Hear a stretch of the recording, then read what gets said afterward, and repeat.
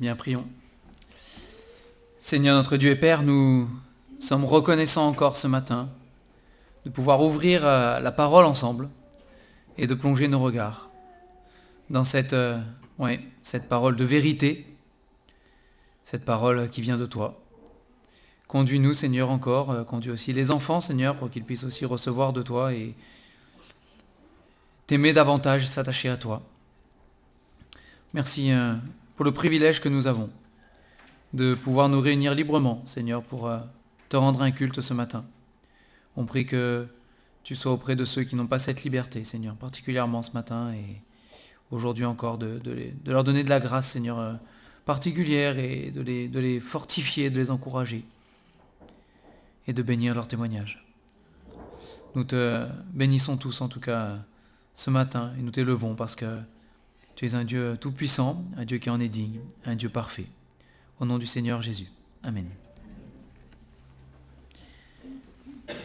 Alors je vous invite toujours à aller dans Deutéronome, chapitre 13, verset 4.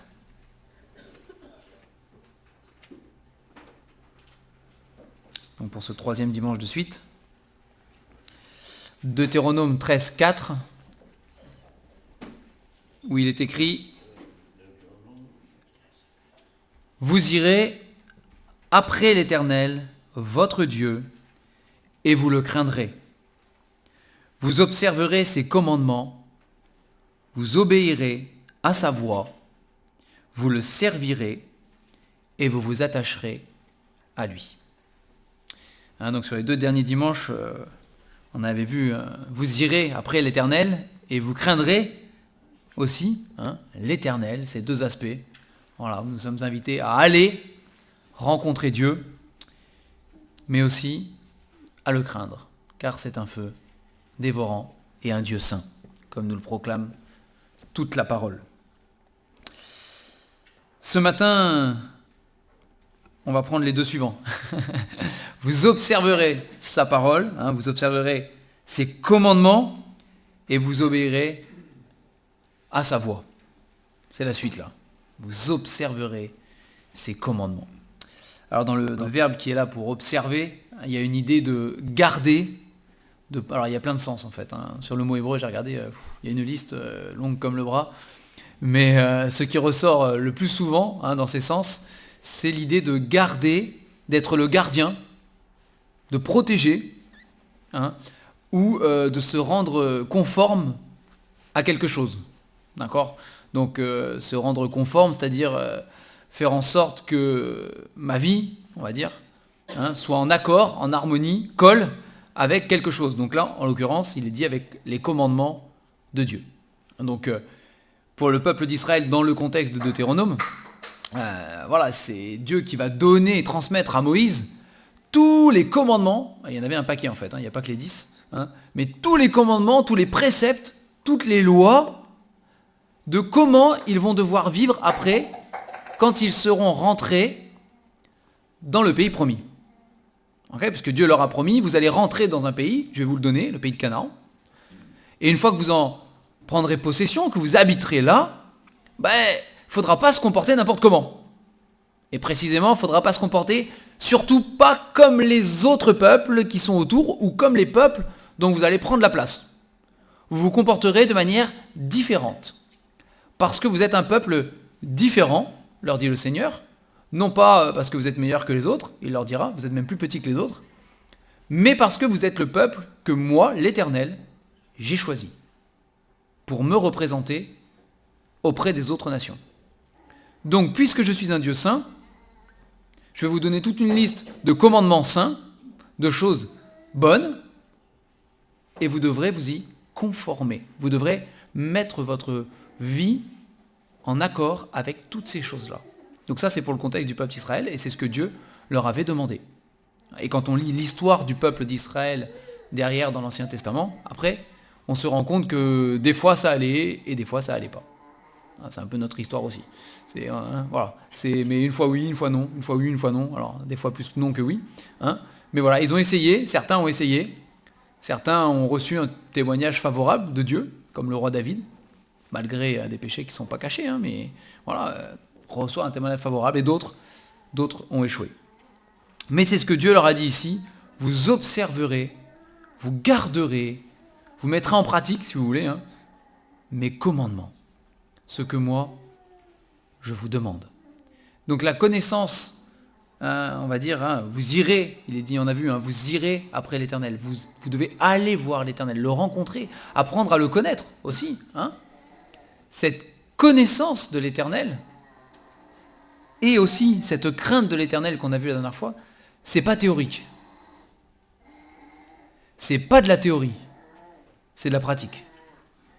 Vous mettrez en pratique ce que je vais vous dire.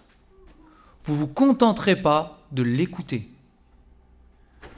et de l'oublier. En français, on dit ça rentre par une oreille, ça sort par l'autre. Vous ne vous contenterez pas de ça. Vous irez plus loin que ça.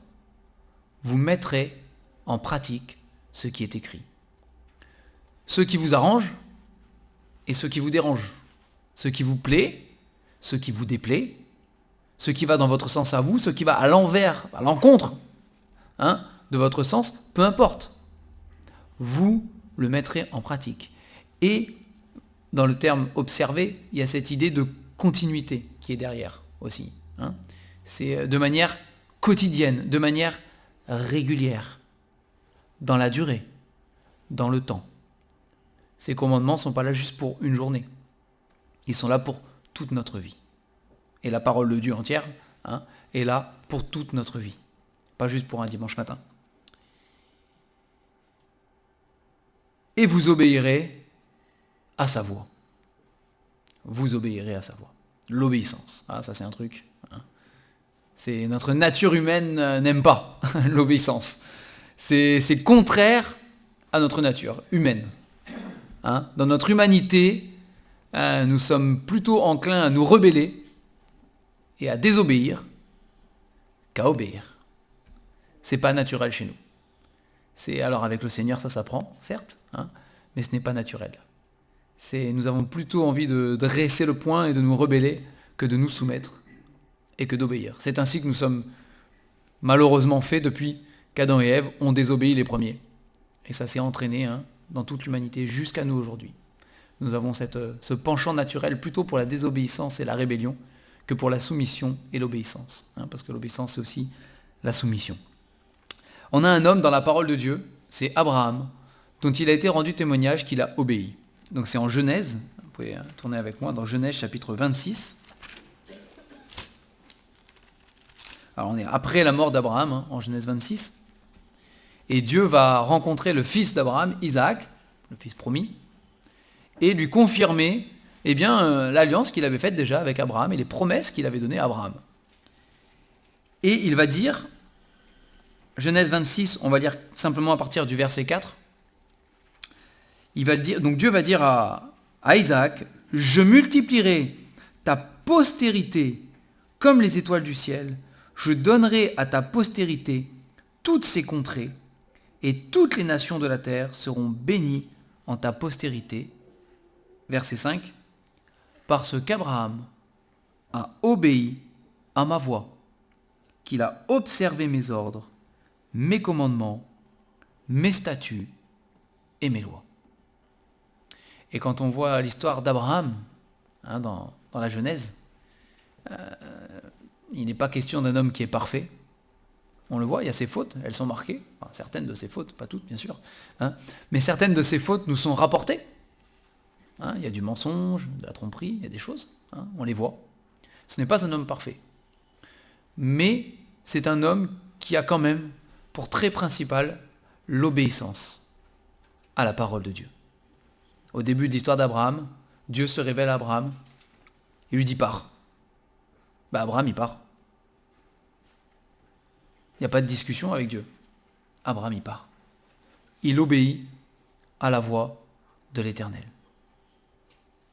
Sans discussion. Et c'est un exemple pour nous. C'est un exemple fort d'obéissance. Après, il y a l'épisode, bien sûr, où Dieu lui demande de sacrifier Isaac. Là, quand même, en termes d'obéissance et de foi, parce que là, c'est les deux qui sont liés, sinon c'est pas bon.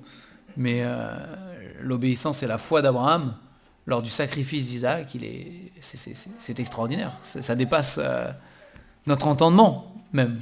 Hein, et on a du mal à se projeter dedans et à se dire, mais waouh. Hein. Mais il savait. Il dit au serviteur, moi et le jeune homme, nous reviendrons. Nous reviendrons. Alors, hein, mais il a obéi. Il a obéi. On trouve un verset aussi en 1 Samuel. 1 Samuel, chapitre 15.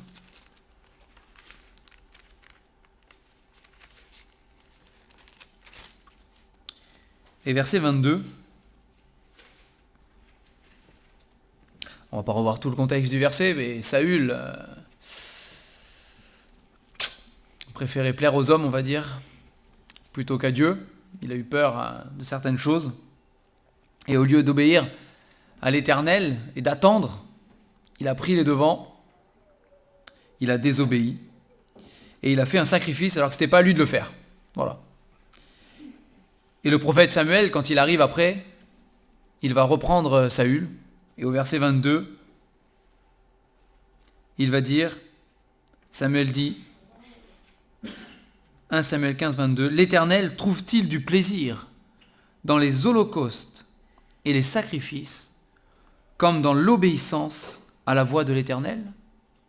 Voici, l'obéissance vaut mieux que les sacrifices, et l'observation de sa parole vaut mieux que la graisse des béliers.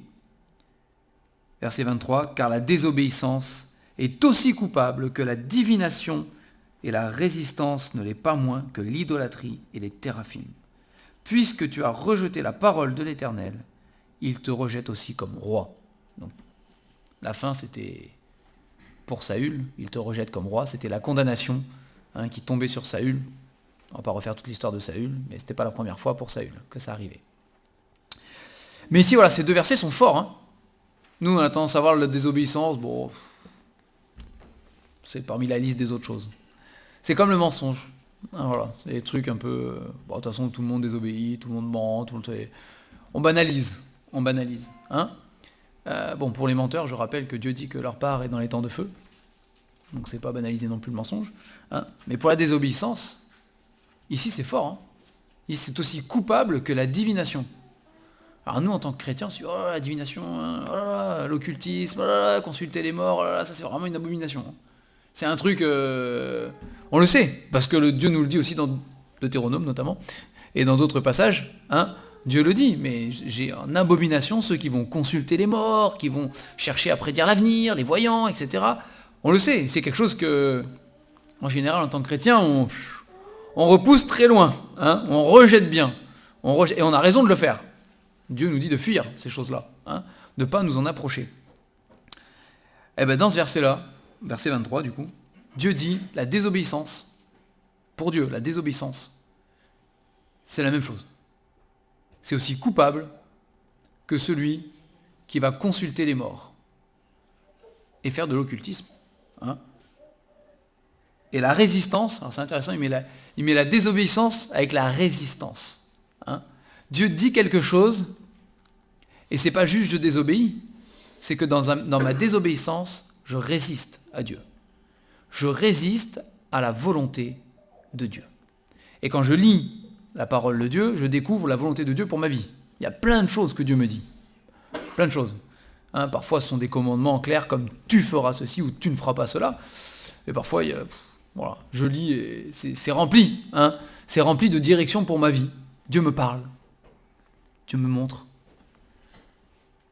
Et je désobéis. La Bible dit « tu es en train de résister ». Tu résistes à la volonté de Dieu.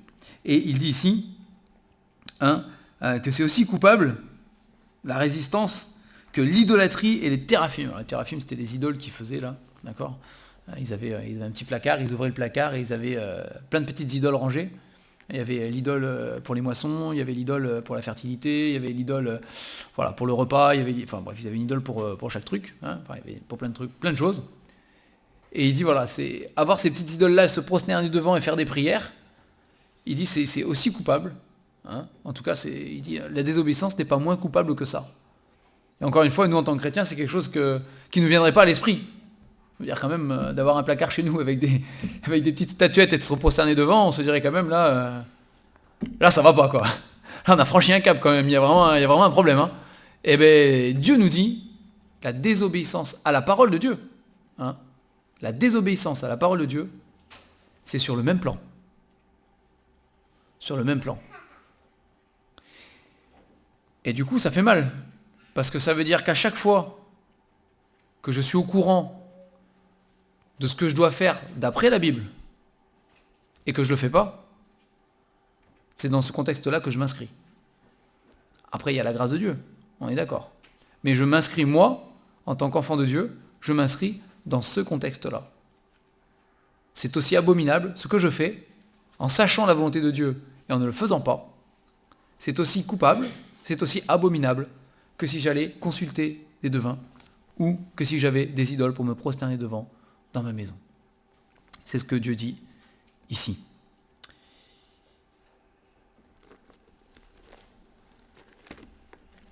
Dans l'épître de Jacques,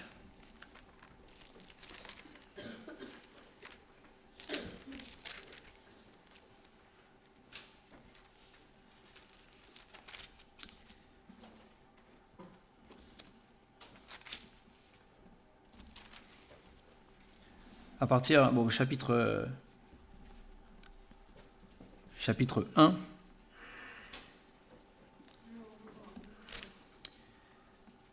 Jacques chapitre 1, à partir du verset 14, Jacques développe l'idée de deux types de croyants, on va dire. Donc je mets des guillemets à croyants, d'accord, hein, deux types de personnes. Il y a enfin les deux en tout cas, les deux on part d'un point commun. Les deux disent j'ai la foi. Je crois en Dieu, je crois que la Bible est la parole de Dieu, si vous voulez. Hein, c'est le point de départ. Et les deux ont le même. La même chose. Sauf que il y en a un chez qui ça se voit, et il y en a un chez qui ça ne se voit pas. Et Jacques, il dit ici, verset 14, « Mes frères, que sert-il à quelqu'un de dire qu'il a la foi ?» J'ai dit 1 ? Pardon, chapitre 2, excuse-moi. Exactement. Chapitre 2, verset 14. « Mes frères, que sert-il à quelqu'un de dire qu'il a la foi s'il n'a pas les œuvres? Cette foi peut-elle le sauver? Les œuvres, hein, s'il n'a pas les œuvres, toutes les œuvres que nous faisons en tant qu'enfants de Dieu, c'est de l'obéissance à Dieu. Même parfois sans en avoir conscience. Hein. Mais à partir du moment où nous faisons les œuvres de Dieu, c'est que nous rentrons dans la volonté de Dieu pour notre vie et que nous obéissons au Seigneur. Et ici, c'est ce qu'il dit. Il dit à quoi ça sert à quelqu'un de dire « moi je crois » si la parole de Dieu n'est pas appliquée dans sa vie. S'il n'y a pas d'obéissance à la parole de Dieu. À quoi ça sert? On a une étiquette, peut-être, on se met un nom, je suis chrétien. Mais ça ne sert à rien. Ça ne sert à rien. C'est ce que Jacques dit ici. Alors après, il le développe.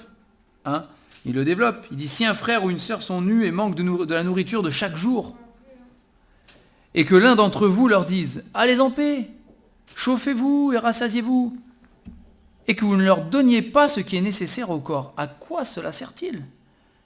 Il en est ainsi de la foi. Si elle n'a pas les œuvres, elle est morte en elle-même. La parole de Dieu dit, tu aimeras ton prochain comme toi-même. D'accord? Donc si tu aimes ton prochain comme toi-même, et la Bible dit qu'on doit prendre soin de chacun, mais principalement des frères. C'est aussi marqué dans la parole de Dieu. On l'a revu il n'y a pas longtemps en étude biblique. C'est principalement des frères. C'est marqué, c'est écrit. Hein? C'est un commandement quelque part. Mais c'est la parole qui le dit. Si je n'obéis pas, je suis coupable. Et à quoi ça me sert de dire, moi j'ai la foi, moi je suis chrétien, moi je crois en Dieu, moi je crois en la parole de Dieu, moi je... Ouais, mais là il y a un cas, il y a quelque chose de concret, tu le fais pas. Tu le fais pas. Verset 18, il dit, mais quelqu'un dira, toi tu as la foi et moi j'ai les œuvres. Montre-moi ta foi sans les œuvres et moi je te montrerai la foi par mes œuvres. Bon, Jacques, il joue un petit peu ici. Hein, il leur explique que ça va être difficile de montrer qu'on a la foi sans les œuvres. Hein, c'est essayer de le faire si c'est possible. Tu dis que tu crois en Dieu? Tu dis que tu crois en la parole de Dieu? Ben montre-le-moi. Montre-le-moi. Mais sans obéissance à la Bible, comment voulez-vous montrer votre foi? C'est impossible. C'est impossible. Il nous faut obéir à la parole de Dieu pour pouvoir porter un témoignage, pour pouvoir être cette lumière que le Seigneur attend que nous soyons autour de nous. Alors oui, c'est pas toujours facile. C'est vrai, c'est pas toujours facile d'obéir à ce que dit la Bible. C'est pas toujours facile. Il y a des moments où c'est plus difficile que d'autres, parce que parfois on s'attache à regarder les conséquences. Ouais, mais là, si vraiment je fais ce que dit la Bible, qu'est-ce que les autres vont penser de moi? Qu'est-ce qu'ils vont dire? Comment ils vont se comporter avec moi? Qu'est-ce qui va arriver derrière? Si vraiment j'obéis vraiment. Et on s'attache à ces choses-là. Et parfois du coup, on le fait pas. On désobéit. On n'écoute pas la voix de l'Éternel. Alors c'est lié avec plein de choses, mais c'est probablement lié aussi avec la crainte de l'Éternel, comme on l'a vu la dernière fois. Peut-être qu'on ne craint pas assez Dieu. Peut-être qu'on pense que avec le Seigneur, on peut modeler les choses, on peut négocier. On peut négocier. Je viens quand même le dimanche à l'église. Je frappe pas mon voisin, même s'il m'embête. J'insulte personne au volant de ma voiture. Après tout, ça va. Eh oui. On est tous les mêmes. Ça va. Et comme je le disais une autre fois, je le répète, mais on se met des curseurs du coup. On se met des petits curseurs, on se dit jusque là, ça va. Plus loin, non. Là, franchement, ça serait pas bien quand même. Mais jusque là, ça va, ça compense. Ça compense. Pourtant, on le sait. La parole le dit, ça fonctionne pas comme ça. C'est pas comme ça que ça marche avec le Seigneur. Il n'y a pas de compensation, il n'y a pas de curseur qu'on met. C'est pas comme ça. C'est soit on obéit, soit on désobéit. Et la parole de Dieu, elle est toujours... Il n'y a pas de milieu entre les deux. Je suis à moitié obéissant, vous savez. Je sais pas ce que ça veut dire, ça. Enfin, la Bible, c'est pas ce que ça veut dire, à moitié obéissant. C'est soit tu es obéissant, soit tu l'es pas. À moitié obéissant, ça veut dire que tu désobéis, quoi. Donc du coup, tu ne l'es pas. C'est comme ça que la chose est définie d'après ce que dit la parole de Dieu. Et la Bible, la parole de Dieu, est là pour nous remettre en question. C'est un miroir, c'est ce que dit la parole d'elle-même. Elle est un miroir. Elle est un miroir dans lequel nous plongeons nos regards et nous découvrons notre propre cœur. Nous découvrons ce que nous sommes. Et nous découvrons aussi ce qu'est Jésus-Christ. Nous avons les deux aspects dans ce miroir. On voit à la fois notre propre reflet, et nous voyons aussi le reflet, l'image de Dieu. Nous voyons Jésus-Christ. Celui qui, pour le coup, n'a jamais désobéi. C'est ce que nous proclame la parole de Dieu. Il n'a jamais péché. Il n'a jamais désobéi. Il a toujours été obéissant en toute chose à la volonté de Dieu. Quand ça lui plaisait ou quand ça lui plaisait pas. C'est bizarre de dire ça, mais c'est la vérité. Quand il était au jardin de Gethsémani, il a dit au Père, s'il est possible, que j'échappe à cela. S'il est possible. Et tout de suite après, il le dit. Toutefois, non pas ma volonté, mais ta volonté. Ta volonté. Et Jésus-Christ est l'exemple parfait dans la parole de Dieu de celui qui est obéissant en toute chose à la volonté de Dieu. Alors oui, on n'est pas Jésus et on n'est pas parfait, c'est vrai. Mais la Bible dit qu'on peut compter sur un secours. C'est celui du Saint-Esprit. Jésus a promis à ses disciples qu'ils ne seraient pas orphelins, qu'ils ne se retrouveraient pas seuls, mais qu'ils viendraient vivre dans leur cœur par l'Esprit de Dieu. Et cet Esprit de Dieu qui vit en nous est une puissance que nous méprisons trop souvent ou que nous négligeons. C'est une puissance qui a la faculté de transformer nos cœurs, de transformer nos vies et de nous amener à l'obéissance. Bien souvent, le problème, c'est que nous faisons taire cette petite voix de l'Esprit de Dieu qui veut nous amener à la perfection, de toute façon, cette petite voix. C'est le Saint-Esprit et elle veut nous amener à la ressemblance de Jésus-Christ, donc à la perfection. Et trop souvent, parce que finalement ça nous intéresse bien et ça nous arrange bien parfois de désobéir, nous faisons taire cette voix. Mais nous n'avons pas d'excuse.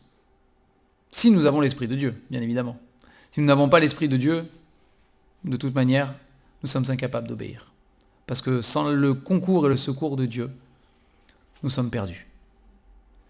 Nous sommes perdus. Mais si nous avons l'Esprit de Dieu, nous avons la capacité d'obéir.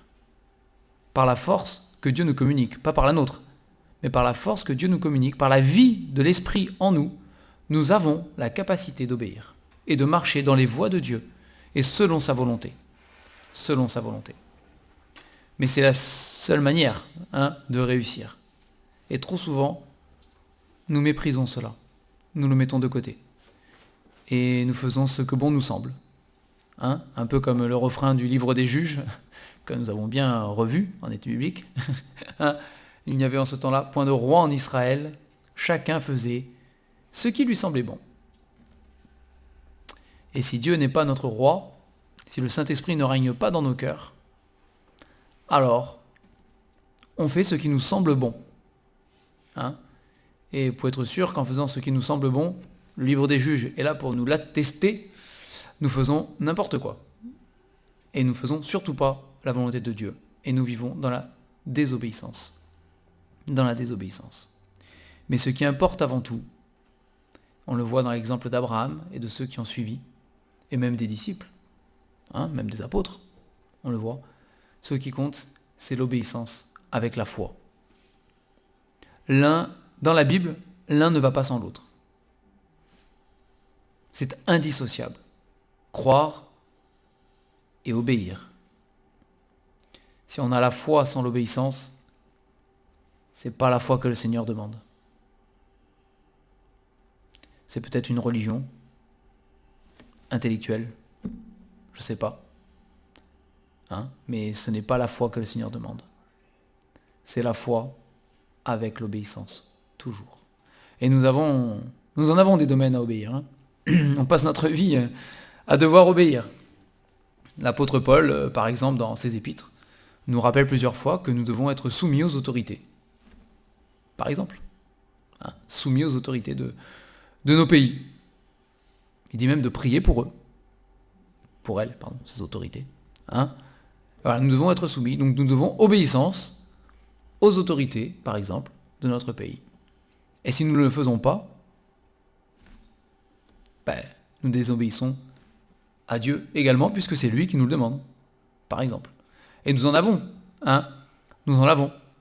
Il y a bien dans l'Église, on en parlera un peu aussi cet après-midi, mais dans l'Église aussi, il y a des autorités instituées. Il y a des anciens, etc. Et on doit obéir, on doit se soumettre. C'est ce qui est marqué dans la parole de Dieu. Et toute notre vie, de toute manière, tous les uns les autres, à un niveau ou à un autre, nous avons des autorités. Et nous devons nous soumettre et obéir. Selon le Seigneur, bien évidemment. Bien évidemment. Mais nous devons nous soumettre et obéir. Et notre nature, qui n'aime pas ça, doit être entraînée, entraînée, disciplinée par l'Esprit de Dieu, par notre soumission aussi au Seigneur, à obéir en toutes choses. Et c'est là, quand il y a une soumission et une obéissance selon Dieu à toute autorité qui est établie sur nos vies, c'est là que nous avons un témoignage extraordinaire. Parce que une vie d'obéissance et de soumission, ça n'existe pas dans le monde. Pas comme ça. C'est pas possible. Peut-être encore moins en France, je sais pas. Je sais pas. Bon, les hommes sont partout pareils. Les hommes sont partout pareils. Il y a des nuances culturelles, mais le cœur de l'homme, il est le même sur toute la planète. Mais par cette obéissance que nous pouvons montrer, nous pouvons être un témoignage fort à la gloire de Dieu. Et amener des âmes à se poser des questions et à venir au Christ. Parce que c'est là le but. C'est là le but. Si Israël avait été choisi par Dieu, dans le contexte de Deutéronome, pour être une lumière auprès des nations,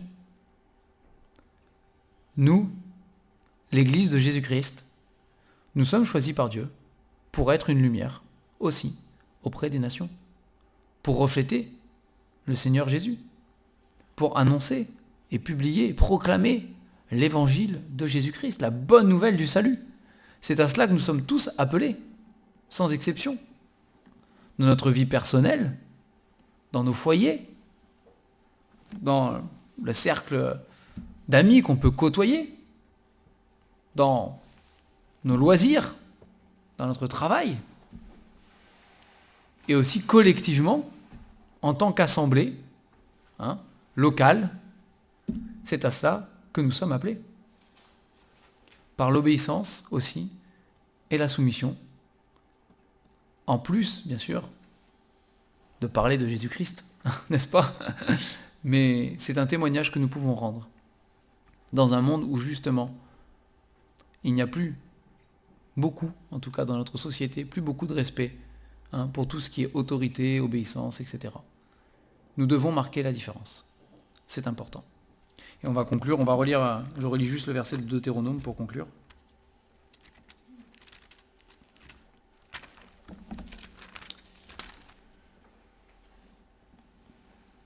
Et après, je vous invite chez vous à creuser.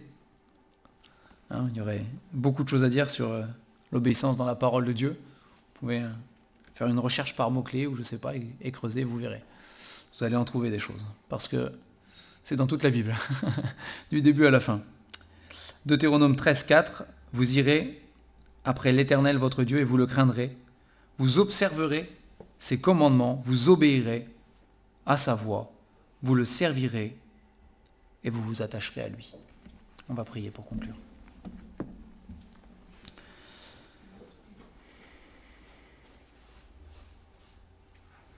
Oui, notre Dieu et Père, nous voulons encore une fois, ce matin, nous mettre devant toi. Chacun d'entre nous, individuellement, personnellement. Et nous voulons, notre Dieu, exposer devant toi notre vie, afin que tu nous montres, Seigneur, là où nous sommes désobéissants.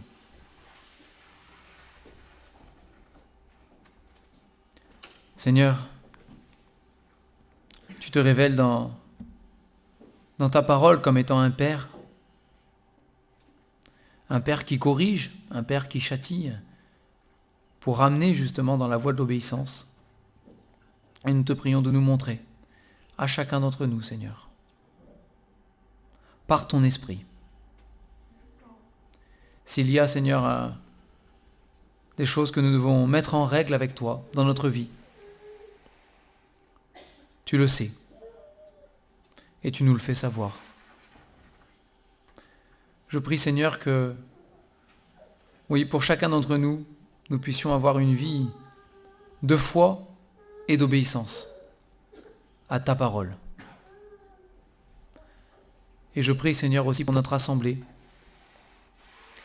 que nous puissions tous ensemble nous soumettre et obéir à la parole de Dieu. Et qu'elle soit la seule autorité, Seigneur, pour notre assemblée, comme elle l'est pour nos vies à chacun. Seigneur, nous te demandons pardon pour toutes les fois où ce n'est pas le cas. Et nous te prions par ton esprit de nous fortifier, de nous transformer toujours davantage. Merci Seigneur, parce qu'on peut compter sur toi pour pardonner, pour relever, pour transformer, pour nous faire avancer. Seigneur, sois béni encore ce matin. Sois loué. Et merci pour le privilège encore de pouvoir proclamer ta parole. Au nom du Seigneur Jésus. Amen.